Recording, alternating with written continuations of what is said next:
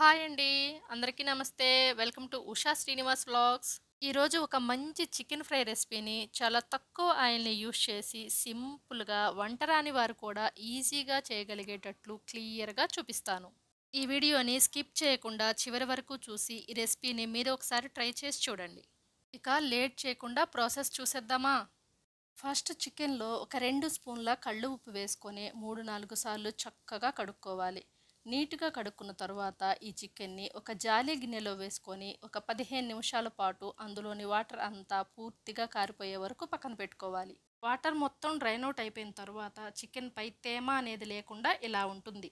నేను 1 కిలో చికెన్‌ని తీసుకున్నాను. ఇప్పుడు ఇందులో 1 స్పూన్ ఉప్పు, హాఫ్ స్పూన్ వరకు కారము, ఒక పావు స్పూన్ పసుపు, అలాగే ఒక టేబుల్ స్పూన్ నూనెను కూడా వేసుకొని ఇప్పుడు ఇవి అన్నీ చికెన్ ముక్కలకి పట్టేటట్లు ఒకసారి బాగా కలుపుకోవాలి.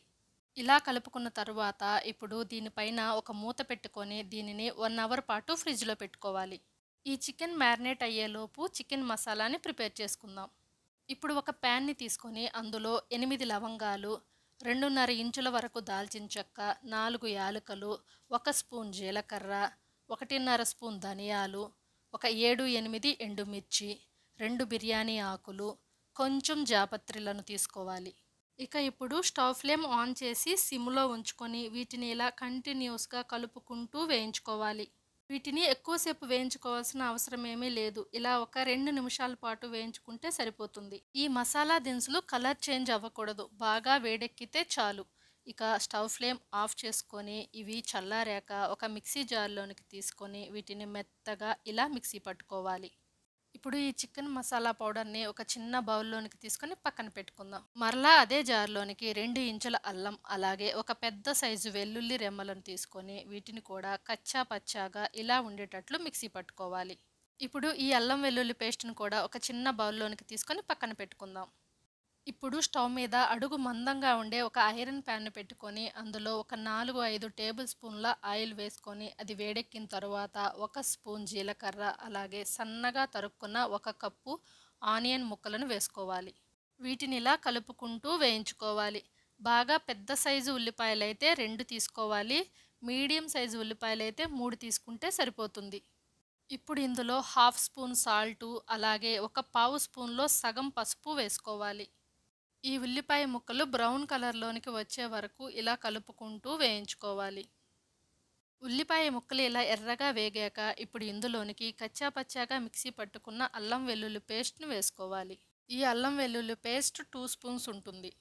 ఈ పేస్ట్ పచ్చివాసన పోయే వరకు ఇలా కలుపుకుంటూ వేయించుకోవాలి.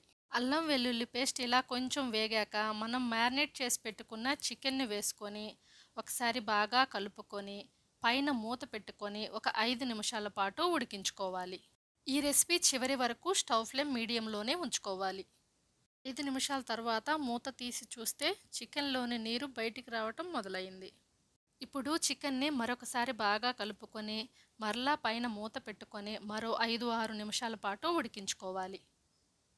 ఇదిగోండి ఇలా ఒక 10, 12 నిమిషాలకే చికెన్‌లోని నీరు మొత్తం బయటికి వచ్చేస్తుంది. చికెన్ కూడా ఒక 50% ఉడికింది.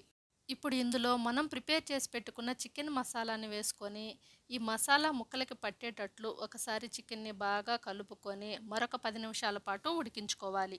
ఇక ఇప్పుడు ఒక 4 పచ్చిమిర్చిని తీసుకొని ఇలా మధ్యలోనికి కట్ చేసుకొని వేసుకోవాలి.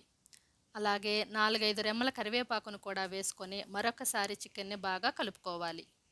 ఈ చికెన్ ఫ్రై రెసిపీ మొత్తం స్టవ్ ఫ్లేమ్ మీడియంలో పెట్టుకొనే చేసుకోవాలి. ఈ చికెన్ ఫ్రై చేసుకోవటానికి మనకి ఒక గంట, గంటంబావు టైం పడుతుంది. ఈ ఫ్రై నెమ్మదిగా మీడియం ఫ్లేమ్లో చేసుకుంటేనే చాలా చాలా బాగుంటుంది. ఇలా చికెన్లో నుంచి ఆయిల్ రిలీజ్ అవ్వటం స్టార్ట్ అయ్యాక ఈ స్టేజ్లో సన్నగా తరుక్కున్న కొత్తిమీరను ఒక పిడికెడు వేసుకొని మరొకసారి చికెన్ని ముక్క విరగకుండా నెమ్మదిగా కలుపుకోవాలి. కొత్తిమీరను వేసుకున్నాక దీన్ని అప్పుడప్పుడు ఇలా 1, 2 సార్లు కలుపుకుంటూ మరొక 5 నిమిషాల పాటు వేయించుకోవాలి. ఎంతో టేస్టీ అయిన చికెన్ ఫ్రై రెడీ. ఇక స్టవ్ ఫ్లేమ్ ఆఫ్ చేసుకొని సర్వ్ చేసుకుందాం. 1 కిలో చికెన్ ఫ్రైకి కావలసిన అన్ని ఇంగ్రీడియంట్స్ని కరెక్ట్ కొలతలతో చూపించాను. అంతేకాదు ఈ చికెన్ ఫ్రైకి ఆయిల్ కూడా ఎక్కువేమీ వాడలేదు. 4 టేబుల్ స్పూన్ ఆయిల్ మాత్రమే వాడాము. ఈ chicken fry white rice, bagara అన్నం, పులావ్, వెజ్ ఫ్రైడ్ రైస్, రసం అన్నం ఇలా ఎందులోకైనా చాలా చాలా బావుంటుంది. నేనైతే ఈరోజు బగారా రైస్, పెరుగు చట్నీతో సర్వ్ చేస్తున్నాను. చికెన్ పీస్ కూడా మరీ గట్టిగా ఉండదు. ముక్క చక్కగా ఉడికి మసాలాలన్నీ బాగా పట్టి ఇదిగోండి ఇలా ఉంటుంది. నాన్ వెజ్ లవర్స్ అందరూ తప్పకుండా ఒక్కసారైనా ట్రై చేయాల్సిన రెసిపీ ఇది.